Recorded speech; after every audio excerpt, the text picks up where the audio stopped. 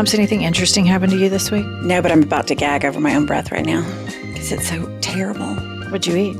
Caesar salad, and it's bad. So don't try to French kiss me. You will not be happy.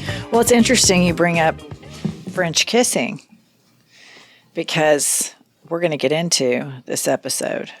Fetishes. I cannot wait. Like, I'm salivating at the thought. I'm so excited. I'm Jen. I'm Pumps. This is a new episode of I've Had It. And it's starring Pumps with the Bad Breath. Yes. You remember in that Beyonce song, Becky with the Good Hair? I'm Pumps with the Bad Breath. Yeah. That's right. When we first decided like a year and a half ago to do this podcast, right, I found this article and I thought, I'm going to save that. I'm going to read it to Pumps for the very first time on the podcast because it is right in your wheelhouse. Okay. The title of it is Breast Milk is Not for Men. Okay. Now I'm just going to read the highlighted areas that I found interesting. Global demand for human breast milk has never been greater. Breast milk banks and peer-to-peer sharing have long existed for mothers in need, but now it is increasingly being sold for profit. And not just to parents wishing to feed their babies, there is a dark side to this trade, as there always is when human body parts and products are brokered. Lactation and pregnancy pornography is an upsettingly fast-growing genre. Aside from hearing the stories of two couples that practice, quote, erotic feeding while live streaming on porn sites. Oh, gosh. Viewers were also introduced to a young woman that goes by Milky Mummy.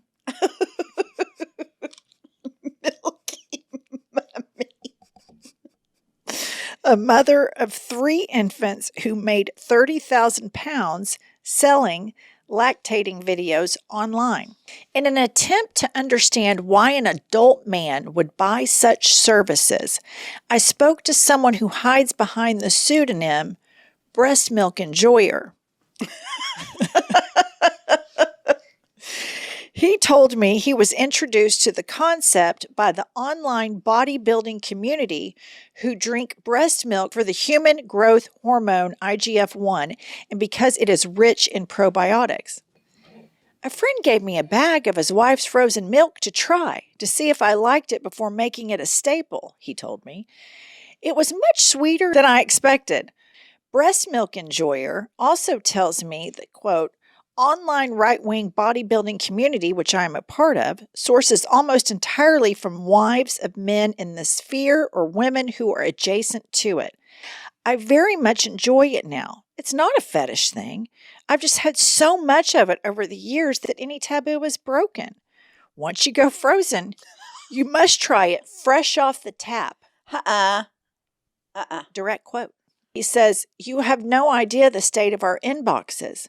Women will advertise a full-service milking experience complete with costumes for thousands of dollars. So a couple of things are happening here. More than a couple. Number one, you got the bodybuilders that want some sort of pure milk. Why don't they just take steroids like a normal bodybuilder? Hey, Jennifer, can I ask you a question real quick before you, I guess, bash the breast milk? It's not a fetish of mine. But just last week, me and my wife had a conversation because we were watching our youngest brand new nephew. And her sister brought over breast milk packages. And my wife knows I don't like outsource breast milk. But while she's pregnant, it's not like a fight for who gets the titty milk. But if they're not watching, Compete with your children? it's not a competition. It's just You're a part of the problem? Richard. But it tastes good. Richard. Sorry. This is alarming. I feel like we could have gone all our lives without knowing that. But I felt like on this show, like you guys needed to know. You're a sound engineer. Right. And I'm about to just deep dive into these fucked up men that drink titty milk. And Richard's a titty baby. Again, part of the problem. My wife was like, you bet not drink none of my sister's breast milk in there. Did you do it? I haven't. You cannot. I haven't. You can't. I think I'm not saying I think it's normal for your own wife's breast milk, but her sister's all right. Well, so there's that. Disturbing. It started out on accident. You know, you got to test the baby's milk because you don't want to make it too hot before you give it to the baby. Yeah, typically you just kind of dab it on your arm. I was like, well, let me just. Whoa. Oh. Oh my God. Again, Richard, part of the problem. Oh my God. A part of the problem. I can't even really process that right now. But Right. I want to get to the people I don't know that do this. I'm much more comfortable talking about them than the person who is on the other side of the glass. Right fucking there. Right. That's a real life titty baby. There's the bodybuilders that are doing this for their own, like you said, why are they not fucking taking steroids like a normal bodybuilder? And number two, then you have these fetishes, lactating orgies and shit. Like doing it online, like you rent somebody to come over with their breast milk in a costume? Because there has been such an increasing demand, obviously, poor women are selling their milk and they're getting further marginalized. Like these women in Cambodia, there's literally like these milk farms that they're hooked up to satisfy the Richards of the world so they can drink this goddamn milk. Then there is a human exploitation side of this too. As always. For these freaks. But anyway, I want to poll the producers. Richard, I already know what your fucking problem is. Neil, but let me ask Pumps first. Pumps, do you have any fetishes? I was thinking about that. I think my tea, having to have my tea all the time, is that a fetish or just an She's a eccentricity? kinky motherfucker. Well, that's about as much as it would get. Your iced tea. My iced tea is your fetish. Because I have to have it all the time. It's weird. You always make fun of me for carrying that gold thing around. I think there's a reason that you're not getting laid. And it's like, hey, baby, what's your fetish? I love that. I love that iced tea. What are yours? I don't know if it's a fetish, but I have just an abnormal attraction to these tennis players. Right, who are gorgeous. So that's like super alpha male and yeah. It's not like you want to. But I don't have like while I'm in the sack, I have this like it turns me on if you suck my toes or something. Right. Yeah, I don't have anything that like that. We're pretty normal. Yeah. Okay. Except for Richard. Nilly, do you have a fetish? I do like DJs, female DJ. Like if there's a DJ. You like a DJ? Like spinning it. Yeah. Jen? Everybody has a crush on a DJ at some point in their lives. Yeah. Let's ask Jen this question. Do you have any fetishes? Yes. Oh, gosh. Can you tell us? Will you tell us? Feet! She's obsessed with my feet. Her feet. I would think that would be a hard fetish to have because people's feet like get sweaty and they stink and it's a nails are the nails. Mine don't. Okay. Yeah, hers actually smell really great. I guess I just need to get and that's a turntable and some headphones. Right. That's what you're missing. Maybe then you could get down on the feet. So I have a funny fetish story. So this gay friend of mine, he used to live in Oklahoma City and now he lives in Detroit. He was on like Grindr and all this shit, right? So he tells me there's this guy he matches with. They do a dick pic exchange. And so I say to my friend, I'm like, so what happened? He goes, so I go over to this guy's house, answers the door, totally exactly what's delivered. The body, everything. There was no bait and switch. Right. The guy escorts him to this dresser in the bedroom. He opens up the dresser and it's like serial killer style organization, folded socks, real psychotic, like totally perfect, like at a retailer. And so he says, pick out your pair of socks and put them on your feet. The guy instructs him to turn over so that his feet, the arch of the feet are kind of like together. The guy like got so turned on about these socks. And that was his deal. I mean, if that's not like totally like that's mommy issues or daddy issues with the dirty socks. I mean, just total Freudian bait, like analyzed forever. But that was the jam. I'm just so like this. I think he sounds like a great guy.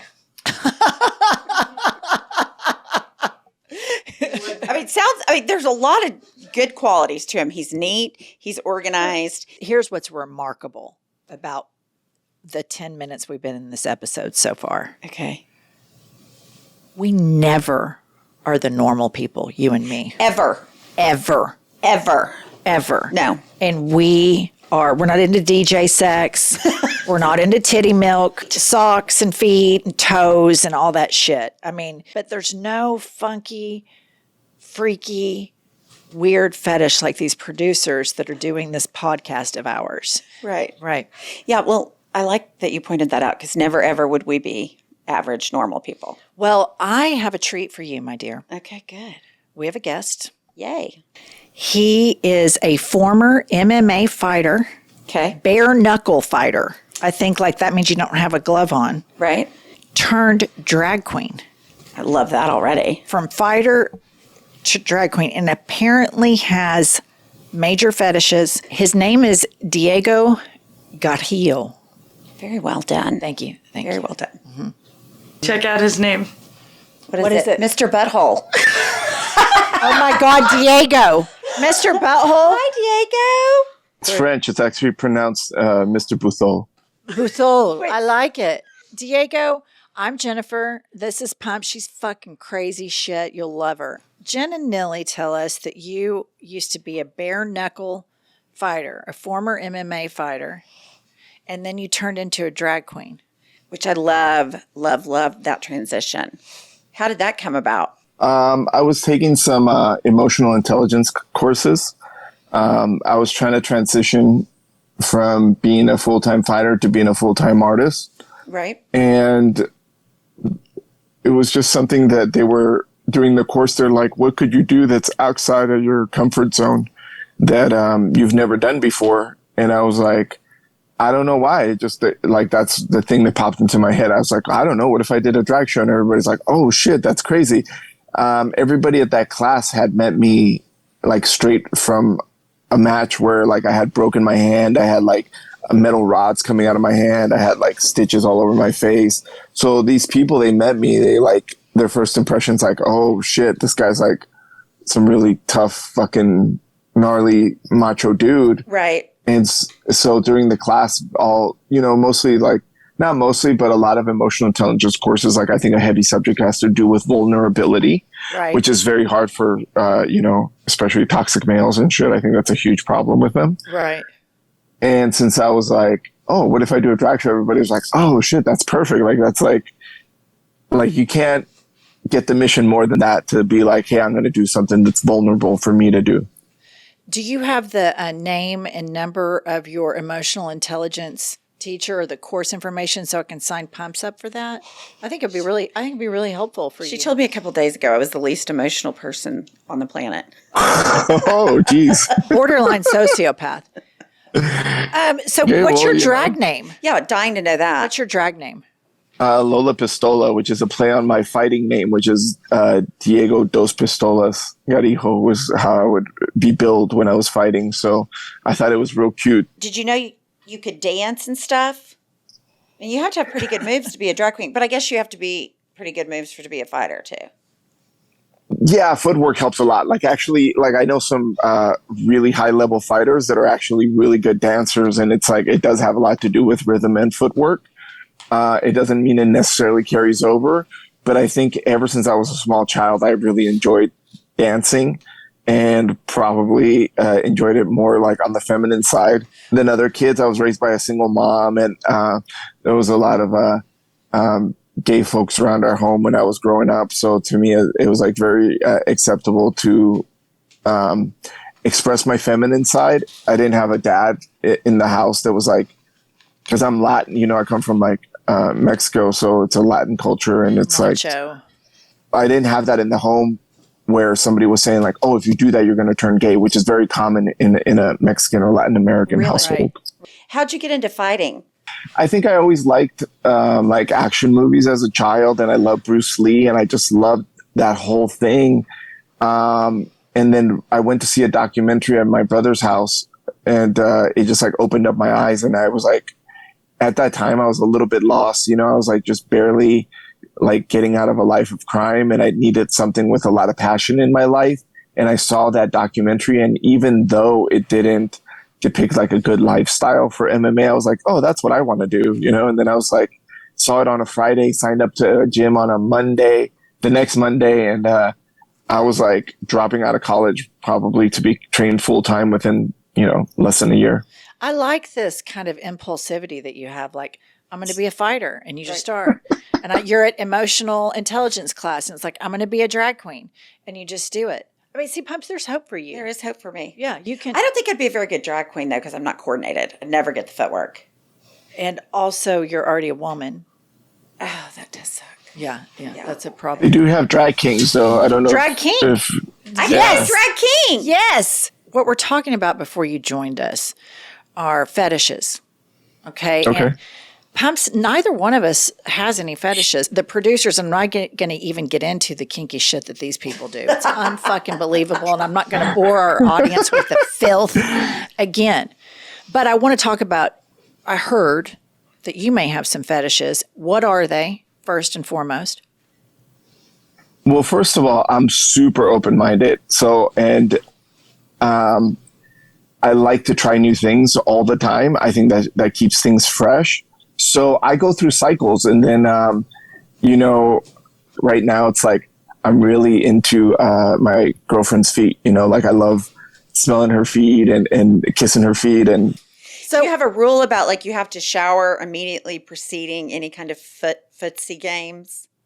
no, I disagree. I think like sex should be dirty, and you should shower after sex, not before sex, especially the way I do it, for sure. So like, what if your girlfriend's had her shoes on all day, like without socks? And Well, I think that's what's like hot is like if you're attracted to somebody, you're probably attracted to their pheromones, you know? And I think like that's what's hot. It's like when you could smell your partner, it's like, I don't want to smell like a bunch of deodorant and perfumes. Pumps here, she got divorced how long ago? So she went through a decade-long dry spell, possibly more. And then recently went on a date, had sex again, and then now we're back to totally being asexual again. And Pumps, do you want to have sex with anybody? if I liked them, You do? yeah, I would. You would? Yeah. I like smelling my partner. I do. I like, you know, smelling their armpits and stuff. Like I said, lately I've been into the foot thing, but man, it's like when I think about it, it's like, what fetish haven't I had? You know, like I've tried everything with my partner, you know, and explored all kinds of things. And, you know, lately we've been discussing maybe bringing in a person just to watch us have sex, you know, like not participate, you know, that's A voyeur? something that we have.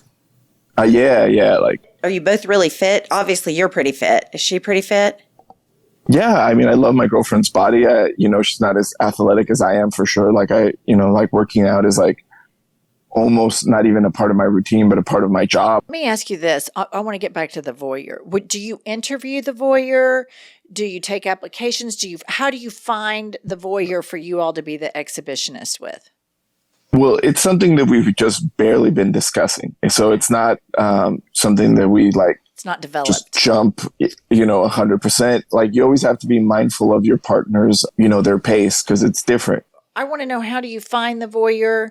Like if she consents and she's like, yeah, I want the voyeur. Is there a specific type of voyeur or is it any voyeur? Well, like I said, for sure, we're just like barely starting to discuss this. We're just at the beginning of the discussion. So I would imagine that, yeah, you're going to like discuss what they're comfortable with. Right. What kind of person do you want to bring in? Right. You know, I wouldn't like pull a stranger off the street, you know, like Right. that seems like Right. a little bit risky because you're still, I mean, I feel very confident to take care of myself, but my partner's still involved in the equation. So at the same time, it's like, to me, that's not something that sounds super attractive to have a person that we see on a regular basis. So I wouldn't like Right. ask somebody, you know, it would have to be a situation where you meet somebody, maybe the vibe is right. And you know, you're probably not going to be seeing this person on a regular basis and say, hey, you know, would you be interested in, you know, watching us have sex? And then you have to discuss limitations because you'd have to be like, well, look, this is just a show. You're not allowed to touch. To jump in. Right. Yeah. You know, yeah. What about, have you ever had a threesome?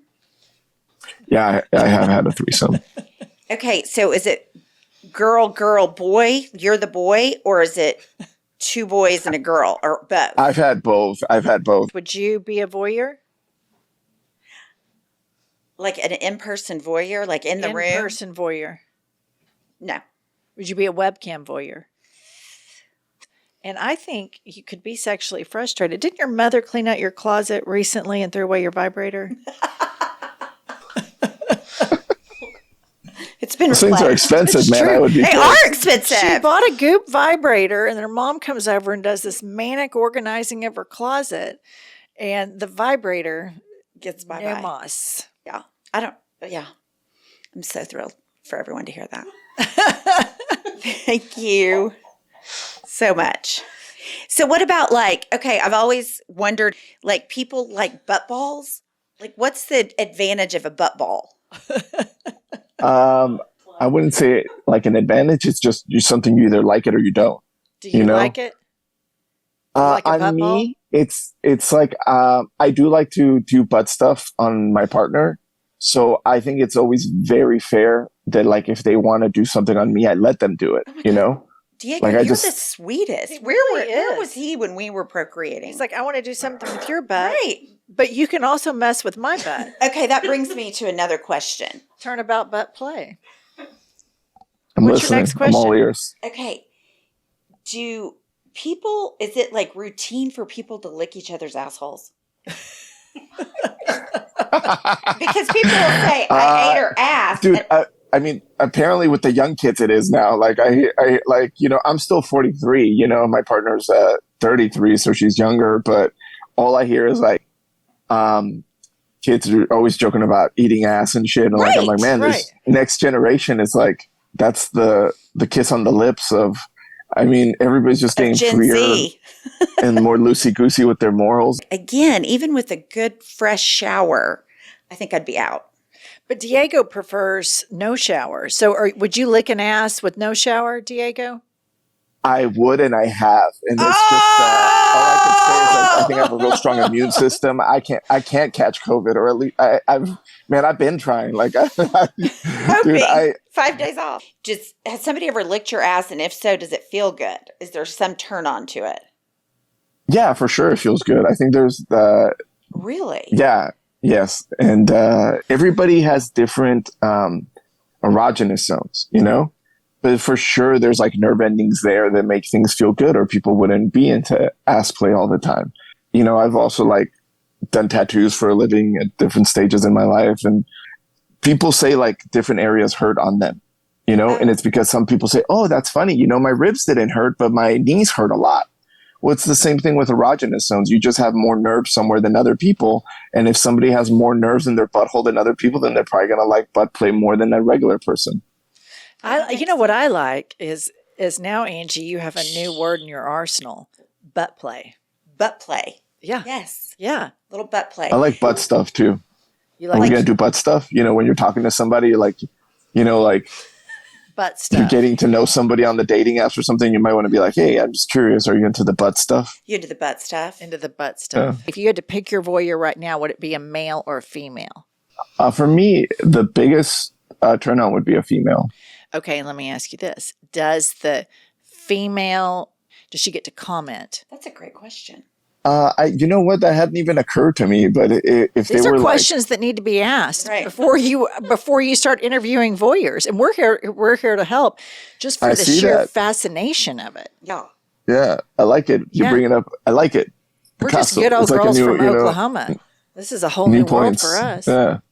Yeah, no, that's very interesting. I never actually thought about that, but that's something I could discuss with my partner. What if y'all come up to all agreements, and then the voyeur goes off script? It could be like a Curb Your Enthusiasm episode. I think at some point I want to follow up with you After you do it. sheer Yeah, curiosity. definitely. Of this. I think that's hilarious. That's another thing I never considered. What if they go super off script? This whole, you've got to be careful about this voyeur. I mean, they could really come in and try to throw a grenade in the whole thing. So, Diego, if you were to give Pump some advice, who I think she needs to get back out there in the dating world. Sex. Well, If what? you were to give her some advice, what advice would you give this fabulous woman here to just get back out there, get into it? Well, butt play. First of the whole all, nine. is like, first of all, I would say go out there if you want to do it for yourself. You don't have to if you're happy. Like, that's a thing also that it's like when people are looking to be happy in a relationship, if they're not happy by themselves, they're not going to be happy in a relationship. You have to be happy with yourself first, That's true. Before you start dating people. That's true. So sometimes if you're in a place in life where you're happy by yourself and everything's going along, and then sometimes, you meet the right person when you weren't even looking for them, I find that works most of the time rather than, people that are out constantly looking for the right person in the wrong place. What about a dating app? What about a dating app for pumps? No. I've never used one, I've always been like real world. Yeah. Have you guys ever heard the joke that everything's a dating app if you're creepy enough? No, but I love it. Yeah, it's like I do remember one time I started dating somebody that I had met from Instagram, and I don't want to say I went on to regret it because it was a huge learning experience in my life, but I definitely in the future prefer to not meet somebody that's long distance and then try to make it work, because I think that's a whole different bucket of worms. So I think what you've got to understand about pumps is if the person lives in a different state, that is an asset. That's an asset for her, not a deficit, because then she would only have to see them like once a month, once every 2 months, because that's about how much you could tolerate, right? dating. Yeah, right. That'd be about right. I'm a long distance dater. Excel. Yeah, I mean, that's the thing about the apps too, though. If you like put in what you're looking for and you can find you find an app that has the right algorithm or the right search function that's going to help you find somebody that's looking for the same things you're looking for, then yeah, that's probably a benefit, And that's where I think the dating maps might come in handy if people have real specific things of what they're looking for, Right. Like there's I forgot what they're called, but I think they might be called feeders. But there's people that like have a fetish for feeding overweight people, and just like they constantly like to feed them and help them get fatter. What? Start over. I know that fetish exists. So they're feeders. They feed people to make them fatter. What I'm saying is, like, if you have an app, it's probably easier to find an app with the right search function that's going to help you find that than if you just walk around to overweight people and be like, "Hey, can I feed you?" And you see what I'm saying? Like, if you're going for something very specific, you might be better off on an app. Yeah. Yeah. I don't think Pumps, like maybe you could put like, I'm into butt play. Yeah.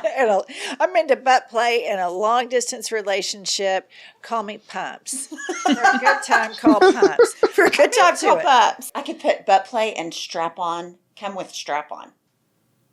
Oh, you would strap it on. You would butt play on him. Yes. You reverse it. You flip reverse the script. it. I wear the strap on. Flip that shit. Flip that shit, Larry. Okay. Well, maybe you want to be a dom. Like, have you ever explored that? No, I find that so interesting, but no, I haven't. Yeah, it doesn't mean you have to do it as a job or anything, but it's like just by what you said, and maybe it's like maybe you want to like try to hook up with a submissive man where you're the one in charge in the bedroom. I like it. Okay, so here's her profile. I think you could help us with this. Pumps, dominant. I'm into reverse butt play. Flip that script butt play, and you can have a little whip. Oh yeah, I could have a little. Yeah, I could do that. I like it. I could do that. I like it. Diego, that's amazing. Diego, will you tell us? I heard from Jen that you are an amazing artist. Will you tell us about your art? Yes, she is correct. I'm an artist. I enjoy painting, and it's very funny because just recently I made a sculpture that some people might call assemblage art because you're assembling things together. It's not actually like sculpting clay, but a lot of people still call it sculpture. And I really enjoyed that very much. And I was speaking to an art dealer in New York who would be interested in promoting that. Cool. And so in the near future, I think at least for a while, I'm going to be switching from painting to this form of sculpting or assemblage art, as some people call it. So some of the pieces are pretty big, and it's not really what you like just pick up, like going through Etsy. It's like, really it's not a coffee pieces. table item. Yeah, it's like gallery pieces for like serious collectors and stuff like that. So my Instagram is just Diego Garijo, the way my name is spelled. Not Mr. Butthole. That's just my, like I said, Mr. Buthol. That's a family name that we use for the Zooms. The Zooms. The way to reach me or look at my art is through my Instagram, Diego Garijo. One word. You're a beautiful woman. Thank you. You really are. And then the fighting one, the contrast, I like that. But it's in Spanish. Or is it French? He's Mexican. He already told us Okay. But then he said it was French. No, that's just my Zoom name. My Zoom name is French for some reason. But he is ethnically Mexican. Got it. I was born in Mexico. I'm like, mostly, well, actually, my 23andMe says otherwise, but I identify as Mexican. Spanish is my first language, and I was born in Mexico, so I see myself as Mexican. But excellent. Well, Diego, thank you so much. I mean, this is so very much. eye-opening and interesting, and I appreciate how open you are. And I especially appreciate how everything is deferred to your girlfriend. That like you're game for anything, but it goes at her pace and whatever she's comfortable More men with. like Diego need to be out there. I agree. Yes. yeah, Absolutely. I think so. And I really enjoy sex a lot. And I'm really grateful to be with a partner that does as well, because we rarely a day goes by that we don't have sex. So I think for guys listening out there, that if you're having problems with your partner, not guys, anybody, that's having a hard time with their partner, it's like maybe just try listening more what they want, and then if you can kind of like make sure you're fulfilling their needs, I think they'll be more likely to fulfill your needs. I like That's a great tip. Thank you so much, Thanks, Diego. Bye. Thank you for having me on. All right. Once again, it's just Diego Garijo on Instagram, and I always have a link in my bio where you can click and see any paintings for sale. Okay. And Perfect. I just tore my biceps, so I would love to sell some. Okay. I love it. Bye, All right, bye, Diego. Cheers. Cheers. Okay, so I mean, I think that's really interesting. It's unbelievable. He's just like everything you would want in a partner. Yes, and I just love Other how than- open he is, that you can just, Yes. a lot of the questions that I know you were asking about, he's sniffing toes, sniffing asses, he's doing all of it. And you could just ask him a question, he doesn't act offended, and he just answered these questions that we needed answers to. The only thing that I don't think I could do would be sex every day. Every single day. Wow. I mean, the soccer moms in America just about went, Every a day. lot of sex. Every day. I'll Maybe we find could it. include this in your future dating app profile. That will do it. Right, an ass eater I want an ass eater, butt play, butt play, but it's the reverse butt play. reverse butt play. Where you're and a saying, bull. you're not getting in my ass. I'm getting in I'm your getting in ass. your ass, motherfucker. And then you could browbeat them. Right. What has this podcast evolved into? No, it's We bad. We got to end are Horrible. it. Horrible This is the people. lowest hanging fruit. And I've had it. Had it. Yes. That's it. Bye. Bye. I'll tell you what I've had it with. Let's hear it. I've had it with that. I've had it. Had it. Had it. Had it. All I can say about that is I've had it.